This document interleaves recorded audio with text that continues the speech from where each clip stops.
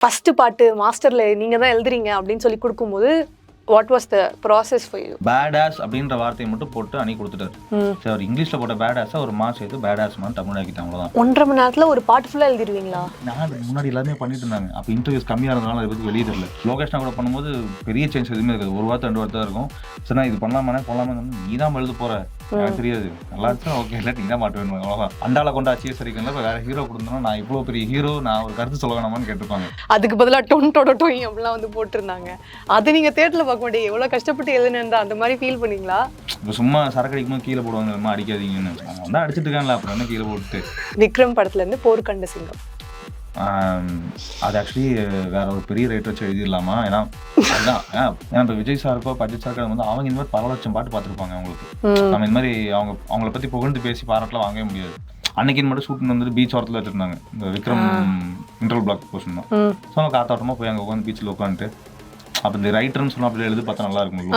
அதனால ஃபீல் பண்ணி பார்த்துருக்கீங்க. ஃபீல் பண்ணி உட்காந்து ஒரு இடம் வரல. அப்படியே நீங்கள் ஒரு பக்கம் ஏகேக்கு பாட்டு எழுதியிருக்கீங்க, இன்னொரு பக்கம் நம்ம கமல் சாருக்கு எழுதியிருக்கீங்க, இன்னொரு பக்கம் விஜய் சாருக்கு எழுதியிருக்கீங்க, இவ்வளோ பேருக்கு எழுதியிருக்கீங்க. பட் முதல்ல ஒரு பாட்டு எழுதின அந்த ஒரு இது இருக்கும்ல, சினிமாக்கெலாம் விட்டுருங்க, நீங்களா ஒரு பாட்டு எழுதின ஒரு இது இருக்கும்ல, அதை பற்றி சொல்லுங்க.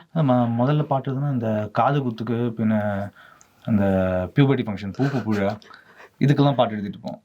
கல்யாண வீடியோக்கு கல்யாண வீடியோ ஷூட் பண்ணிட்டு இருந்தவங்க கோயம்புத்தூர்ல. காலேஜ் படிக்கும்போது சரி ஷார்ட் ஃபிலிம் பண்ணா காசு வேணும், ஷார்ட் ஃபிலிம் பண்ண காசு வேணும்னா கல்யாண வீடியோ மாதிரி எடுத்து கொடுத்து அதெல்லாம் பண்ணுவோம். How do you polish your work?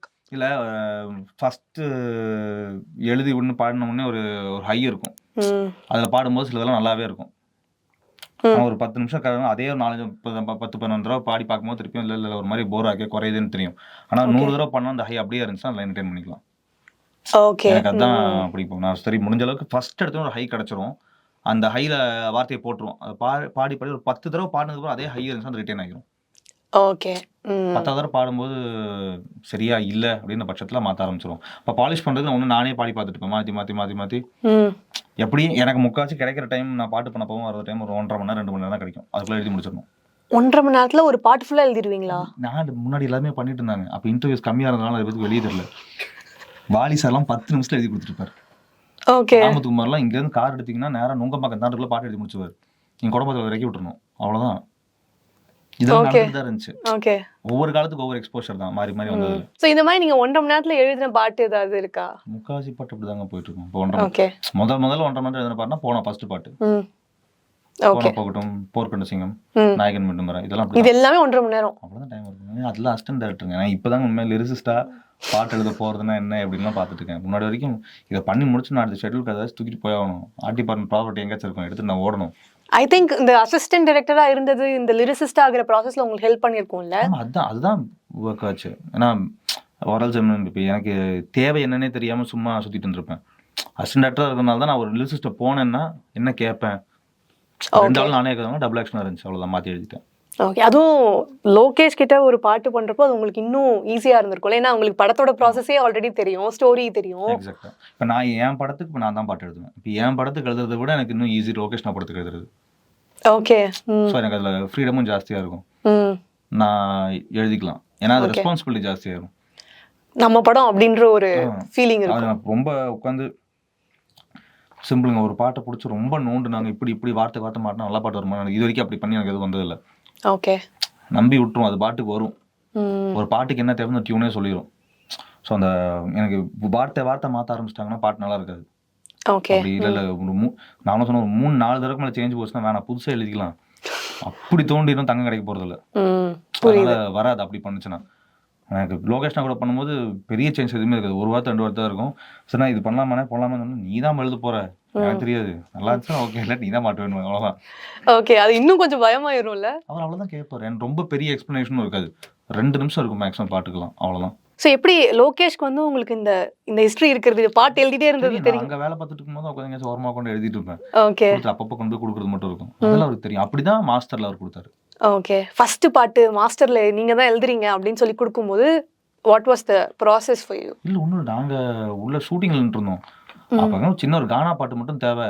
எங்கள் மாஸ்டர் ஜெயில் போர்ஷன் எடுத்துட்டு இருந்தோம். கானா பாட்டு தேவை, நாளைக்கு காலைல ஷூட்டிங்க, தொங்க விட போகிறோம் பையனை, தொங்க விடும்போது எல்லாம் சேர்ந்து பாடணும்ட்டாங்க. ஓகே. சரி தொங்க விடும்போது கரெக்டாக பாடணுமேன்றதுக்காக சரி ஒன்று எழுதிட்டாங்கடா. வேற யாராச்சும் கேட்டால் அது இன்ஸ்டன்டா பண்ண டிசிஷன் தான் அது. கேட்டா நாளைக்குள்ள வந்து போய் பாட முடியுமான்னு தெரியல. அந்த பசங்க வேற அங்கேயே பாடி ஆகணும். ஓகே.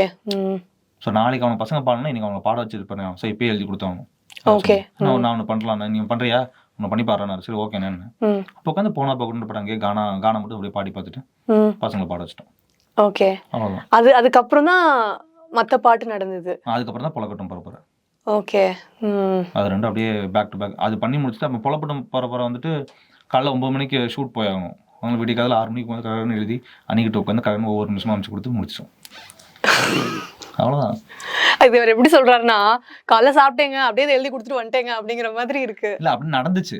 இப்போ வர பாடல்களுக்கு நானே சில டைம்ஸ் கேட்டு பண்ணுறேன், என்னால் கொடுத்துருங்க நான் எடுத்துட்டு போயிட்டு வரேன் அப்படின்னு. ஓகே. ஏன்னா கொஞ்சம் நம்ம உட்காந்து யோசிச்சு தெரியாதுல்ல மற்றவங்க டெரிட்டரி எதுன்றது, அதனால கேட்குவோம். இப்போ அங்கன்னா அது வேலையாக தான் இருக்கும். இப்போ நீங்கள் எங்கிட்ட உட்காந்து அசிஸ்டன்ட் பண்ணிட்டு என்ன சாப்பிட்டீங்கன்னு கேட்டால் கரெக்டான்னு சொல்லிட்டு போயிடுவேன். ஏன்னா அதான் நடந்துச்சு, திருப்பி தான் சொல்ல போகிறோம். கரெக்ட். விக்ரமே வந்துட்டு படம் பயங்கரமா இருக்கு, நீங்க பார்க்கும்போது பயங்கரமா நாங்க பார்க்கும்போது அப்படி பார்த்துட்டே இருக்கோம். ஏன்னா எங்களுக்கு வேலை தானே. புரியுது. இருக்கா சவுண்ட் மிஸ் ஆயிருக்கா, வர அங்க ஒருத்தவங்க பாரு தேவையில்லாம ஜூனியர் ஆர்டிஸ்ட் பண்ணிட்டு இருக்கான் பாரு, இதெல்லாம் தோண்டிட்டே தான் இருக்கும். அதை மாற்ற சொல்லி பண்ணவே முடியாது. பட் நாங்க என்ஜாய் பண்ற படத்தை நீங்க கம்ப்ளீட்டா ஃபுல்லா என்ஜாயே பண்ண முடியாதுல்ல. நம்ம அப்படி பார்க்கவே முடியாது இல்லைங்களா. கரெக்ட். அடுத்தவங்க படம் பார்க்கும்போது சரி இது நானா இருந்தா வேற மாதிரி எடுத்துருப்பேன் தான் யோசிச்சுட்டு இருப்போம். அது சினிமாக்குள்ள இருக்கும்போது தான். சினிமாக்காரனு படமா நம்ம கரெக்டா ஒர்க் ஆகுமான்னு தெரியாது. ஏன்னா இங்க எல்லாருமே ஜட்ஜா தான் இருப்பாங்க. ஆக்சுவலி நான் இந்த பெர்ஸ்பெக்டிவ்ல யோசிச்சு பார்த்ததே இல்லை. இப்போதான் கொஞ்சம் உங்களை பார்க்கும்போது பாவமா இருக்கு. ஆமாங்க, ஹோண்டா கம்பெனிக்காரனுக்கு வந்து சுசுகி கார் பிடிக்காதுங்க. அது எதுவுமே இல்லடா, என் கார்ல சூப்பரா இருக்குன்னு பார்த்துட்டே இருப்பாங்க. அதே மாதிரி தான். புரியுது உங்களோட ஃபீலிங் என்னன்னு எனக்கு புரியுது. அண்ட் இப்போ நாங்கள் உங்களோட பெஸ்ட், எங்களுக்கு ஆக்சுவலி எல்லாமே பெஸ்ட் தான், பட் எங்களுக்கு இந்த பாட்டுக்கு பின்னாடி இருக்கிற ஸ்டோரிலாம் தெரிஞ்சுக்கணும் அப்படின்னு ஆசை இருக்கிற ஸ்டோரிலாம் எடுத்து வச்சிருக்கோம். போனா போகட்டும் மாஸ்டர் நீங்கள் சொல்லிட்டீங்க. ஸோ அன்பெனும் வந்துட்டு ஃபர்ஸ்ட் லோகேஷ் நான் கேட்டது வந்துட்டு இப்போ என் படத்தில் வழக்கமாக இந்த சந்தோஷமான காதல் பாட்டுகள்லாம் இருக்காது அப்படின்னு தான் வெகுஜனம் சொல்றது. எனக்கு உண்மையில ஆசையாக இருக்குது கொஞ்சம் சாஃப்டாக ஒரு பாட்டு வேணும் அப்படின்னு. சரி ஓகேண்ணே, ஏதாச்சும் எழுதிடலண்ணே பண்ணிடுறேண்ணே, பட் என்ன எழுதுனாலும் தெரியாது, ஏதாச்சும் ஒன்று சாஃப்டாக இருக்கணும்னாங்க. சரி ஓகே. ஓகே. இப்போ அங்கே அணியும் அமுச்சு வந்துட்டு ரொம்ப சாஃப்டாக இருந்துச்சு, ரொம்ப மெலடியாக இருந்துச்சு. ஃப்ரம் த ஸ்க்ராட்ச் கொடுத்துருந்தாரு, இதை வச்சு எழுதிக்கலாம் கொடுத்துக்கலான்ட்டு. எனக்கு இப்போ விஜய் சாருக்கு பண்ணுறோம் அண்ட் படம் வந்து it's out not action film தான். அண்ட் ரொம்ப நாளைக்கு அப்புறம் த்ரிஷா அண்ட் விஜயோட காம்பினேஷன். எனக்கு படம் ஃபுல்லாக வெப்பன்ஸ் வச்சு தான் அவர் பண்ணுவார். ஸோ அந்த ஆயுதம்ன்றதை கொண்டு வந்து தான் பண்ணணும். ஸோ அதான் அன்பனும் ஆயுதம்ன்ற இன்டர்மெண்ட்டு அதை மட்டும் சொன்னேன். இப்படி போய்க்கலாம் அன்பனும் ஆயுதம் அதான் எடுத்திருக்கேன். நார்மலாக பிறப்புக்கும் எல்லா உயிருக்கும் போட்டிருக்காருல்ல, அவர் ரொம்ப பீஸ் லவிங் பர்சன் தான் அவர். ஸோ டு தட் சைட் தான் அந்த பாட்டு. ஓகே. ஸோ அதுதான் வந்து அன்பெனும் ஒரு ஸ்டோரி. அண்ட் அடுத்ததா வந்து என்னோட ஃபேவரட் சாங் டாடாலேருந்து தாயாக. ஜென்மாட்டும் நானும் வந்துட்டு ஒரு 15-20 இயர்ஸ் ஃப்ரெண்ட்ஸு. ஸ்கூல்லேருந்து ஆரம்பிச்சு ஒரு தான் படிச்சுட்டு இருக்கோம். ஸோ இப்போ சின்ன அவன் ஃபர்ஸ்ட் படம் யோசிப்போம் இல்லையா, நான் என் முதல் படத்துக்கு பண்ணி வச்சிருந்த பாட்டு ஓகே தாயாக. அதே படத்தில் அப்புறம் போகாதே, இந்த 2 சாங்குமே வந்துட்டு நான் என் படத்துக்குன்னு சொல்லி பண்ணி வச்சிருந்தோம். ஓகே. நான் உட்காந்து கதை பண்ணதான் சொல்லிக்கிட்டே இருப்பேன், எனக்கு பாட்டு வேணும் இது வேணும். ஸோ எனக்கு ஒரு சுச்சுவேஷனாக போட்டு நம்ம டப்பாவில் தூக்கி வச்சிருவோம். அந்த மாதிரி நிறைய ஃபோட்டோஸ் இருக்கும். கவின் நான் வந்துட்டு ஜென்னை மீட் பண்ணி டாடா பண்ணலான்னு பார்க்கும்போது என்னென்ன சாங்ஸ் இருக்கலாம் செக் பண்ணி பார்த்துட்டு இருந்தாங்க. பார்க்கும்போது 2 சாங் சூப்பராக இருந்துச்சு, இது எடுத்துக்கலாம். ஏன்னா தாயாக வந்து அன்ஃபினிஷ்டு சாங் தான், ஒரு 2 லைன் ஸ்டார்டிங் மட்டும் போட்டு வச்சுட்டு டியூன் மட்டும் பில்டப் பண்ணி வச்சிருந்தோம். போகாதே ஃபுல்லாகவே பண்ணி வச்சிருந்தோம். ஓகே. ஸோ அவர் கீழே 2 இதை யூஸ் பண்ணிக்கலாம். இது எடுத்து டாடாக்கு சூப்பராக சூட் ஆச்சு, சுச்சுவேஷனுக்கு அழகாக வந்து உட்காந்துச்சு. அது பண்ணிக்கலான்னு கேட்டாங்க. அப்போ ஜென் கூப்பிட்டு கேட்ட இந்த மாதிரி பண்ணலாங்கடா நம்ம போயிடலாமான்னு. முதல் படம் அவனுக்கு கிடைக்கும், அப்போ நானும் படம் பண்ணல, கதையும் சொல்லி லாக்கலாம் ஆகல. பண்ணலாம், ஓடாத வண்டிக்கு எதுக்கு டயர் கழட்டிடுவோம், தெல்பத்து சிங் மாதிரி அது அங்கேயே இருந்துச்சு, தூக்கி கழட்டிட்டு மாட்டிட்டோம்.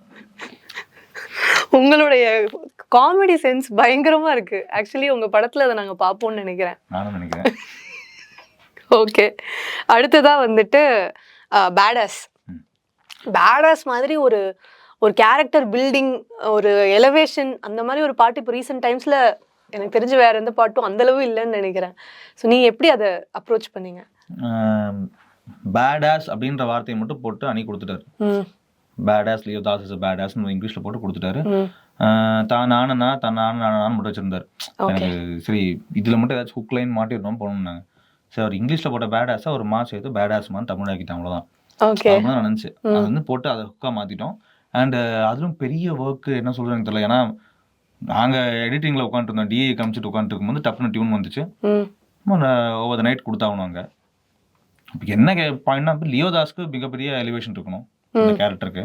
ஏன்னா அந்த கேரக்டரை முழுக்க முழுக்க காட்ட போகிறதும் இல்லை, ஃபர்தரான வச்சுருக்கு தான் அந்த கேரக்டர். ஸோ இந்த படத்தில் லிட்டில் தான் டீஸ் பண்ண போகிறோம். ஸோ விஷுவலை தாண்டி அந்த என்ன பண்ண போகிறோமோ அது சின்ன வார்த்தையாக போட்டலாம். அது முடிஞ்ச அளவுக்கு அது பேடாஸான கேரக்டர் தான், இன்னும் வர வர விஷயங்கள் அது தெரியும். ஸோ அதனால அது அப்படியே ஓகே. இதை கேட்டுட்டு காம்ப்ளிமெண்ட் உங்களுக்கு இண்டஸ்ட்ரியில இருந்து யாராவது கொடுத்தாங்களா? நிறைய பேர் இப்போ பேசணும். இப்போ நீங்கள் சொல்கிறீங்களே இந்த மாதிரி நிறைய பேர் கேட்க சூப்பராக இருக்கு, நல்லா இருக்குன்னு. அதுதான் காம்ப்ளிமெண்ட். யாரோ ஒருத்தருக்கு ஃபோன் பண்ணும்போது அவன் கால் டியூன் அந்த பாட்டு இருந்துச்சுன்னா அதை விட ஒரு பெரிய காம்ப்ளிமெண்ட் எதுவுமே இல்லை. ஓகே. ஸோ அடுத்ததா வந்துட்டு தேவாரால இருந்து ஃபியர் சாங். அது ஆக்சுவலி அணி டீம்லேருந்து கொடுக்கும்போது இதான் கேட்டாங்க. வழக்கமாக வேறு லாங்குவேஜ்லேருந்து சாங்ஸ் வருதுன்னா வந்துட்டு முக்கால்வாசி அதே லைனை வந்து இன்டர்பிரட் பண்ண சொல்லிடுவாங்க, அதே ரீப்ளேஸ் பண்ணிடுவாங்க. நான் அது மட்டும் கேட்டேன், அது நான் பண்ண மாட்டேன், எனக்கு அது இன்ட்ரெஸ்ட் இல்லை. ஏன்னா இப்போது நான் கேட்ட நிறையா பாட்டுல உயிரே இஸ் அன் அன்ஃபர்கெட்டபிள் ஆல்பம், அது ஆக்சுவலி அதே ஹிந்தி டியூன் தான். இங்கே சூப்பராக போடுவாங்க. வைரமுத்து சார் போய் தலையில மாட்டியிருப்பார், ஏன்னா அவரோட இங்க் ஊற்றிருப்பார், அடுத்த இங்க் வாங்கி எழுதல. அதான் நானும் கேட்டேன், நான் எழுதும்போது நான் எனக்காக எழுதிக்கிறேன்ட்டு. ஸோ அந்த பாட்டு முழுக்க முழுக்க அவங்க சொன்னது என்னன்னா, இப்படி ஒரு பயங்கரமான ஒரு ஆள் கடலை கட்டி ஆள்றான், ரத்தம் தெறிக்க அங்கிட்டு இங்கிட்டு ஓடிட்டு பாருன்னாங்க. அப்படிதாங்க இருக்கும். அப்படி ஒரு விஷயம் இருந்துச்சுன்னா அதுக்கு எப்படி நான் இங்கே போடுவேன் அப்படின்னு பார்த்துட்டு அதுக்கேற்ற மாதிரி சரி மிருகமாக கடவுளா தேவாரா. ஏன்னா மற்ற லாங்குவேஜில் வந்துட்டு தேவாரா அப்படிப்பட்ட ஒரு ஆளுன்னு சொல்லி தான் பேசி தான் கோரஸ் வரும். ஓகே. நான் மட்டும் தான் தேவாரா எப்படிப்பட்ட ஆளுன்னு தெரியாதுன்னு சொல்லி போட்டுக்கலாம்னு சொல்லி இங்கே கமல் சார் கொஞ்சம் கடந்து வாங்கி இதில் போட்டேன். ஓகே. அவ்வளோதான். ஓகே. எனக்கு அது ஜாலியாக இருந்துச்சு, ஏன்னா பாட்டோட எனர்ஜியே சூப்பராக இருந்துச்சு. ரஃப் வந்து கேட்கும்போதே செம்ம எனர்ஜெட்டிக்காக இருந்துச்சு. ஸோ அது ரெண்டாவது அணி பாடும்போது செத்தப்பாம்புக்கு உயிர் வந்துடும், அந்த செட்டப் தான். ஓகே. பட் ஆனால் நீங்கள் எப்போயாவது லிரிக்ஸ் எழுதிட்டு இது அனுப்புறதுக்கு முன்னாடி இது அனுப்பலாமா வேண்டாமா அப்படின்னு யோசிச்சு அனுப்புனதுக்கப்புறம் எல்லாரும் செம்மையா இருக்குன்னு சொன்ன அந்த மாதிரி ஏதாவது ஒரு இன்சிடென்ட் நடந்திருக்கா? எல்லா பாட்டும் அப்படி தான் இருக்கும் முடிஞ்ச அளவுக்கு. சரி இப்போ நீங்கள் நாயகன் மீண்டும் மரன்னு ஒரு பாட்டு இருக்குல்ல, அந்த பாட்டு வந்துட்டு ஸ்க்ரீனில் பார்க்கும்போது பயங்கரமாக இருந்துச்சு. கண்டிப்பா. அது வந்து இப்போ உட்காந்து எனக்கு எழுதின போதும் அந்த பாட்டை ஃபஸ்ட் டைம் கேட்ட போதெல்லாம் கிடையாது. ஏன்னா நான் லிரிக் கேட்கும்போது லிரிக் கரெக்டாக இருக்கான்னு செக் பண்ணி வச்சுட்டு நாங்கள் முடிச்சுட்டு போயிடுவோம். எழுதி கொடுக்கும்போதும் நான் வெளியே எங்கேயோ வேலையாக சுற்றிட்டு இருந்தேன், வீட்டில் இருந்து கூட்டிகிட்டு போயிட்டு இருந்தேன், பைக்கில் போயிட்டு கொட்டுற மழையில் டியூன் வருது, சீக்கிரம் கொடுத்தாகணும், ஏன்னா அங்கேருந்து எஃப்எம்எஸ் அனுப்பிச்சாகணும் ட்ராக்கை, வேற ஒருத்தங்க பாடி அப்போ கடவுள் எழுதி கொடுத்து அனுப்பிச்சாச்சு. தேட்டரில் எல்லாரும் உட்காந்து பார்க்கும்போது நானும் சுற்றி பார்த்துட்டு இருக்கேன், ஓ இப்படி தான் இருக்கும் போது எல்லாரும் சந்தோஷமா நல்லா இருக்கு பாட்டு. அப்படிதான் இருக்கும், நம்மளுக்கு அது தெரியாது. ஒர்க் பண்ணுற நம்மளுக்கு கான்ஃபிடென்ட்டாக அந்த சொல்லி ஹிட் அடிப்பாங்க, இந்த பாட்டு ஹிட்டரா, இந்த பாட்டு செமையா இருக்கணும் அப்படின்னு சொல்றவங்களாம் பார்த்து எனக்கு ஆச்சரியமா தான் இருக்கும். பட் நீங்க சொல்லாமே எல்லா பாட்டும் ஹிட் கொடுத்துருக்கீங்க. தெரியாது, சிலதெல்லாம் நடக்கும், அந்த டைம் தான். இப்போ திடீர்னு கரெக்டாக போயிட்டு இருக்கு, நாளை பின்ன ஒரு டிப் வரலாம், திருப்பி ஒரு ஏறலாம், அது யூஸ்ஃபுல் தான். ஓகே. பட் நீங்க எப்படி அதை ஹேண்டில் பண்ணுவீங்கன்னு நினைக்கிறீங்க? ரெண்டு அப் டவுன் ரெண்டையுமே சந்தோஷமா இருக்கும், சந்தோஷமா ஹேண்டில் பண்ணுவோம், சோகமா இருந்தாலும் சங்கடமா ஹேண்டில் பண்ணுவோம். இதுல என்னங்க இருக்கு? என்னங்க நீங்க இவ்வளவு ஜாலியா இருக்கீங்க? அவ்வளவுதாங்க, நான் ரொம்ப டென்ஷனான பிபில வந்து அப்புறம் மாத்திரை எல்லாம் போடணும், தேவையில்லை. ஆக்சுவலி இந்த இன்டர்வியூல வந்து எடவனோட இன்னொரு சைடு வந்து எல்லாருக்கும் வெளியில தெரியும் அப்படின்னு நினைக்கிறேன். சரி, அடுத்ததா லியோல நான் ரெடி ட்ராக் அமிச்சிட்டாங்க. எங்கால் கூப்பிட்டு சொன்னது மொத்தம் ஒரு 12 செகண்ட் தான் இருக்கும். டே ஒரு பாட்டி சாங்கா, 6 பாட்டிட்டு வர்றா, எழுதிடுறான், சரி அவ்வளோதான், அவர் பாட போறாரு, அவ்வளோதான். இவ்வளோதான் எனக்கு கொடுத்த அந்த பாட்டு என்னவா இருக்கும், என்ன இடத்துல வருதுன்னு ஒரு பாட்டி சாங் அவர் பாடுறாரு, எழுதிடு, ஓகே முடிஞ்சிருச்சு. அதுக்கப்புறம் நான் எழுதி எனக்கு ஃபர்ஸ்ட் ஆரம்பிக்கும் போது அவர் ஃபர்ஸ்ட் வேர்டு அடிக்கணும்னு எப்பவுமே ஆசைப்படுவோம். பாட்டோட ஆரம்பம் எனக்கு கோரஸை விட ஆரம்பம் ரொம்ப பிடிக்கும் எழுதுறதுக்கு, ஏன்னா அதான் கஷ்டம், வராது. எப்படி ரொம்ப திராபையா ரொம்ப பழசா, இதை விட ஒருத்தனமே பழசா எழுத முடியாதுன்ற மாதிரி ஒரு வார்த்தையில ஆரம்பிப்போம். அங்கதான் அது புதுசாக்கணும். ரெண்டாவது எனக்கு புதுசாக்கணும்னா இந்த ரொம்ப புதுமையான வார்த்தைகள் போடலாம் தெரியாது. இப்போ கற்கியை நல்லா வந்துட்டு பயங்கரமா புதுசா வார்த்தை கண்டுபிடிப்பாரு, நம்மளுக்கு அது வராது. எப்படி நான் கேட்ட பாட்டு எனக்கு ரொம்ப பிடிச்சதான் பண்ணுவேன். நான் இப்போ எழுதுற கதையா இருந்தாலும் பண்ற கதை நான் எப்படியே கண்டிப்பா கேட்டிவில பார்த்துருப்பேன். சூரிய வம்சம் என் வெர்ஷன்ல பண்ணிக்கிறேன், பிணந்தைகள் என் வெர்ஷன்ல பண்ணிக்கிறேன், அவ்வளவுதான் நான் பண்ணுவேன். எனக்கு அப்படிதான் வரும். ஏன்னா ஒரு பேப்பர்ல இருந்து கைதி பண்ணாங்க, அவருக்கு அதை பிடிச்ச அவர் மாத்தினாங்க. அது மாதிரி பேப்பர் நான் பெருசா படிக்கிறது கிடையாது, அதனால படத்தை நம்ம கேட்டிவியை பார்த்துக்கலாம். பிடிச்சிருக்கோ அது இப்போ நான் சொல்லல அது வரைக்கும், கரெக்ட். அதனால அந்த மாதிரி தான் பண்ண பார்ப்போம். ஸோ நான் ரெடின்றது ஆல்ரெடி லாரன்ஸ் பாட்டு இருக்கு, நான் ரெடி நீங்க என்ற பாட்டு இருக்கு. ஆனா இதுல எனக்கே தெரியும் எழுதும்போது ரொம்ப யோசிக்கவே மாட்டேன். ஓகே, ஆனா பாடும்போது சந்தோஷம் வரும். அந்த லைனை கத்தும் போது நம்ம எழுதுறோம் அப்படின்னு கழட்டி வீசுறோம்லாம் கிடையாது. சும்மா பாடும்போது சூப்பரா இருக்கும். ஏன்னா எனக்கு பாடுற குளர்லேயே இந்த ரொம்ப கன்றாவியா இருக்கும், ஆனா எனக்கே அந்த கான்ஃபிடன்ஸ் இருந்துச்சு பாடுறதுக்குன்னா நல்லா சந்தோஷமா பாடிடுவேன். ஸோ நான் ரெடின்னு ஆரம்பிச்சு அங்கிருந்து போக போக போக அது பார்ட்டி சாங் தான். இப்போ அதுலலாம் எனக்கு விட்ட ஃப்ரீடம் ஜாஸ்தி. அண்டால கொண்டாச்சியே சரிக்கல, இப்போ வேற ஹீரோ கொடுத்தோன்னா நான் இவ்வளோ பெரிய ஹீரோ, நான் ஒரு கருத்து சொல்ல வேணாமான்னு கேட்டிருப்பாங்க. ஒன்றும் தேவையே கிடையாது, குடிச்சு கூத்தடிக்க தான் சாங்குன்னு கதைக்குள்ளா இருந்துச்சே தவிர யாருக்கா வேற எதுவும் மாற்றி காட்டுற மாதிரிலாம் இல்லை. ஸோ அங்கேருந்து போயிட்டு டான்ஸ் மட்டுமே இருக்கக்கூடாது, அதில் இவரை அசால்ட் பண்றதுக்கான பிளான்லாம் இருக்கும். கத்தி உள்ள காத்திருக்கேன்லாம் மேட்டர்லாம் போட்டு, ஏன்னா அந்தந்த ஹீரோக்கு அந்தந்த அவங்களோட படத்தோட டைட்டில் வார்த்தைகள் உள்ள போடுறதுன்னு ஒரு சந்தோஷம் இருக்கும் ஃபேன்ஸுக்கு. கண்டிப்பா. ஏன்னா இப்போ விஜய் சாருக்கோ அஜித் சாருக்கோ வந்து அவங்க இந்த மாதிரி பல லட்சம் பாட்டு பார்த்துருப்பாங்க. அவங்களுக்கு நம்ம இந்த மாதிரி அவங்கள பத்தி புகழ்ந்து பேசி பாராட்டலாம் வாங்கவே முடியாது. கண்டிப்பா. அந்த பாலப்பத்திர ஓனடி வேலையெல்லாம் இவங்ககிட்ட நடக்கவே நடக்காது. ஏன்னா இவங்களே எத்தையுமே பார்த்துட்டாங்க. ஆனா ஃபேன்ஸுக்கு சந்தோஷமா இருக்கும். ஒவ்வொரு தடவை கத்தி துப்பாக்கின்னு அவங்களும் பேசும்போதும் இங்க பில்லா மங்காத்தான் பேசும்போது சந்தோஷம் இருக்கும். ஸோ அந்த ஃபேன்ஸ் சந்தோஷத்துக்கு அந்த 4-5 வார்த்தையை போட்டு எப்படி நம்மளும் அந்த அளவுக்கு கேட்டு சந்தோஷப்பட்ட ஆள் தான். அப்படியே உள்ள போட்டு நம்ம சந்தோஷத்துக்கு ஒரு 2 லைன் எழுதி சந்தோஷமா எழுதிட்டு, ஏன்னா அந்த கடைசி லைன் தான் ரொம்ப சந்தோஷமா. இந்த ஊருக்குள்ள எனக்கு ஒரு பேர் இருக்கு, கேட்டல அதுன்னு பாரு உனக்கு, அண்ணன் ரெடி போஸ்டர் ரெடி கொண்டாடி கொடுத்துரும் அப்படின்னு அது கடைசியில எனக்கு வேற ஒரு லைன் போட்டு வச்சிருந்தோம். அண்ணா ரெக்கார்ட் பண்ற போறதுக்கு முன்னாடி அது மட்டும் மாத்திடலாம்னு சொல்லி மாத்திட்டேன். எனக்கு ரொம்ப பிடிச்சிருந்துச்சு, வேற ஏதாச்சும் ஒன்று பண்ணலாம், போஸ்டர் அடிச்சுக்கலான்ட்டு. அதாவது ஒரு லைன்லயும் ரசிச்சு பண்றீங்க. ஓகே. அண்ட் இந்த பாட்டு டைம்ல வந்து பெரிய இதெல்லாம் வந்துல, இதெல்லாம் எடுக்கணும் அப்படின்னு சொல்றது, அப்புறம் அதுக்கு பதிலா டொய் அப்படிலாம் வந்து போட்டிருந்தாங்க. அது நீங்க தியேட்டர்ல பார்க்க மாட்டீங்க, எவ்வளவு கஷ்டப்பட்டு எழுதுனேன் அந்த மாதிரி ஃபீல் பண்ணீங்களா? அது எப்பவுமே ஃபீல் பண்ணதா இருக்கும். பரவாயில்ல, அவங்க வேலையை பாக்குறாங்க. பட் ஆனா எல்லாருக்கும் ரெஜிஸ்டர் ஆயிடுச்சு லிரிக்ஸ். ஆமா, அதெல்லாம் கண்டிப்பா இருக்கும். இப்போ சும்மா சரக்கு அடிக்கும் போது கீழே போடுவாங்க, அடிக்காதீங்கன்னு. அவங்க வந்து அடிச்சிட்டு இருக்காங்களா, அப்புறம் என்ன கீழே போட்டு சும்மா சொல்றதுதான். அது ஒரு சம்பிரதாயம், அவங்க பண்ணிக்க சொல்றாங்க. இப்போ கோயிலுக்கு போனால் சொல்லுவாங்க, சில கோயிலில் சட்டையை தான் உள்ள போகணுன்றாங்க, சிலவங்க சட்டையை போட்டே போங்கன்றாங்க. இப்போ என்னவா இருந்தால் நான் தானே உள்ள போகிறேன், போயிட்டு வரும், அவங்க சந்தோஷத்துக்கு போட்டா போச்சுன்னா. ஓகே, அடுத்தது மை ஃபேவரட் விக்ரம் படத்துல இருந்து போர்க்கண்ட சிங்கம். அது ஆக்சுவலி வேற ஒரு பெரிய ரைட்டர் வச்சு எழுதிடலாமா, ஏன்னா அதுதான் சிச்சுவேஷன். அப்படி ஒரு சிச்சுவேஷன் அவருக்கு பேத்தோ சாங் எழுத போகிறாங்க. ஸோ வேற ரைட்டர் வச்சு போயிடலாமான்ற பிளான் தான் ஃபர்ஸ்ட் இருந்துச்சு. டியூனும் வந்துருச்சு. அவர் அனிசார்ட்ட கொடுத்த ரெஃபரன்ஸ் அம்மா மாதிரி ஒரு இந்த சாங் ரெஃபரன்ஸே கொஞ்சம் பிரஷர் வந்து தென்பாண்டி சீமையில் ரெஃபரன்ஸ் மாதிரி வேணும்னு சொல்லி பேசியிருந்தாங்க. இது ரெண்டுமே நம்ம கிடையாது. நான் அப்படியே அங்கே சுற்றி பார்த்துட்டு சரி, நான் திருவிழா காணாம போன குழந்தை மாதிரி தான் 2 மணி நேரம். ஆனால் சரி, ஒன்றே கிடையாது, எப்படி இருந்தாலும் இங்கே கொடுத்து பேசணும்னா ஒரு 1 மணி நேரம் 2 மணி நேரம் ஆகும்ல. அந்த 2 மணி நேரம் தாங்க நான் எழுதி பார்க்குறேன். ஒர்க் அவுட் ஆச்சுன்னு வச்சுப்போம், இல்லை அப்படியே யூட்டன் அடிச்சு போயிடும் வண்டி எடுத்துட்டு. எப்படி இருந்தாலும் அவசரமா பாட்டு வேணும். சரி, ஓகே, அந்த 2 மணி நேரம் எடுத்து பார்க்கணும். ஷூட் நாட்டில் ஒரு 2 மணி நேரம் கேப் வாங்கிட்டு போய் உட்காந்துட்டு, அன்னைக்கு மட்டும் ஷூட் வந்துட்டு பீச் ஓரத்தில் வச்சிருந்தாங்க. இந்த விக்ரம் இன்டர்வல் பிளாக் போர்ஷன் தான். ஸோ காத்தாட்டமா போய் அங்கே உட்காந்து பீச்சில் உட்காந்துட்டு, அப்போ இந்த ரைட்டர்னு சொன்னா அப்படி எழுதி பார்த்தா நல்லா இருக்கும். அதனால ஃபீல் பண்ணி உட்காந்து ஒரு இடம் வரல, அப்படியே திருப்பி அந்த பக்கம் வரோம், வேற எங்கேயாச்சும் போய் உட்காந்துக்கலாம், எதாவது ஒர்க் அவுட் ஆகாது. உட்காந்து கரெக்டாக எழுதி முடிச்சுட்டு ஒரு ரஃப் மட்டும் சொல்லி பார்த்தேன். அப்போ அது கேட்டோடனே அவருக்கு ரொம்ப பிடிச்சிருச்சு. இதுலயே இருக்கு, ஏன்னா அதெல்லாம் கட்சி காலம் அந்த பக்கம் அவங்க சைடில் தான். ஏன்னா அவங்க இந்த ரெஃபரன்ஸ் ரெண்டுமே தென்பாண்டி சீமையிலே அம்மா அண்ட் எந்த பாட்டுமே இந்த ஆடியன்ஸ் கையில் தான் இருக்கு. அது பயங்கரமான பாட்டா இல்லை சுமாரா, ஏன்னா பயங்கரமான வார்த்தைகள் போட்ட பயங்கரமான நிறைய சாங்ஸ் எல்லாம் இருக்கு. கண்டிப்பா அது எவ்வளவு தூரம் போய் சேர்ந்துருக்குன்றது வந்துட்டு ஆடியன்ஸ் கையில் இருக்கு. ரெண்டாவது படம் தாங்க முடிவு பண்ணும். பயங்கரமான பாட்டுகள் எவ்வளவு இருக்கு, படம் வேலைக்காக போனதுனால அந்த பாட்டு அப்படியே மண்ணுக்கடியில் புரிஞ்சிடும். கண்டிப்பா. ஸோ அந்த போர்க்கண்ட சிங்கம்ன்ற பாட்டு அவங்க சாய்ஸ் தான். ஏன்னா சில டைம்ஸ் கேட்கும்போது பர்ஃபெக்டாக உட்காரதா இல்லைன்னு தெரியல, வார்த்தை நல்லா இருக்கும், அந்த உச்சரிப்பில் கரெக்டாக வந்ததா இல்லைன்னு தெரியல. அவர் லொகேஷனாகவும் அணிகால் தான். ஏன்னா அந்த பாட்டு எழுதும் போதே தான், அந்த பாட்டு எழுதி முடிச்சுட்டே தான் அந்த இடிஎம் வெர்ஷன் பண்ணுறதுக்கும் சொன்னோம். ஓகே, ரெண்டுமே பேரலா லீக் எழுதிட்டேன். எழுதி முடிச்சுட்டு இது பண்ணலாமாண்ணா, எனக்கு இது பண்ணால் இன்னும் நல்லா இருக்குன்னு தோணுது. இதே ஏன்னா ஒரே சுச்சுவேஷனாக திருப்பி பண்ணுறோம். அதான் அஸ்டேட்டர் மூலம் இங்கே தான் இதுதானே பண்ண போகிறோம், ஒரே சட்டை தான் இருக்குது, 2 பேர் இருக்கானுங்க, போட்டு விடுங்க, 6 to 5 5 to 6 சொல்லி திருப்பிக்கலாம். ஸோ அப்படி கேட்டோம், சரி ஓகே இது பண்ணிக்கலாம்னு அப்பயே அந்த 2 பாட்டு இடிஎம் வெர்ஷனுக்கு இதுக்கு 2க்கும் மாற்றி போட்டாச்சு. போட்டு 2மே தேட்டரில் ஒர்க் ஆயிடுச்சு. அதனால பாட்டு இப்போ நாயகன் மீண்டும் சரி அந்த பாட்டில் எல்லாமே ஒர்க் ஆயிடுச்சு. ஒர்க் ஆனதுனால பயங்கரமான கிளாப்ஸும் காலம் கடந்து நிற்கும். சப்போஸ் ஒர்க் ஆகலன்ற கேள்வி இருந்துச்சுன்னா அவன் என்னதான் உசுறு கொடுத்து 7 படம் எழுதியிருந்தாலும் சரி வேலைக்கு ஆகுது. மனசுல வந்துட்டு ரஜினி சாருக்கு முதல்ல எழுதுறது. திடீர்னு கால் பண்ணாங்க எனக்கு, ஞானவேல்தாவும் ஃபிலோனா ஆஃபீஸ் அடிக்கடி பார்க்கறதெல்லாம் உண்டு. ஸோ அப்படி தெரியும். ஸோ ரஜினி சார் பாட்டு பண்ணோம். அதில் வந்து எப்படின்னா பிட்ஸ் அண்ட் பீசஸ் தான். எனக்கு இதெல்லாம் ஃபீல் பண்ணியாச்சு, எனக்கு இதெல்லாம் வேணும், நான் இப்படி தான் இந்த பாட்டை யோசிச்சிருக்கேன்னாங்க. சரி ஓகே, என்ன வேணும்னு ஸ்டார்டிங் போர்ஷனில் கொஞ்சம் அவர் இறங்கி ஆட வர்றதுக்கான பில்டர் வேணும், அதுக்கப்புறம் எனக்கு கருத்து வேணும். எனக்கு கருத்து தான் எக்ஸாம்பிளா, ஏன்னா எல்லா ரஜினி சார் ஸ்டார்டிங்லயும் பாட்டுலயும் கருத்து இருக்கும். கண்டிப்பா அது வந்து ஒரு ரிச்சுவல் மாதிரி ஆயிடுச்சு.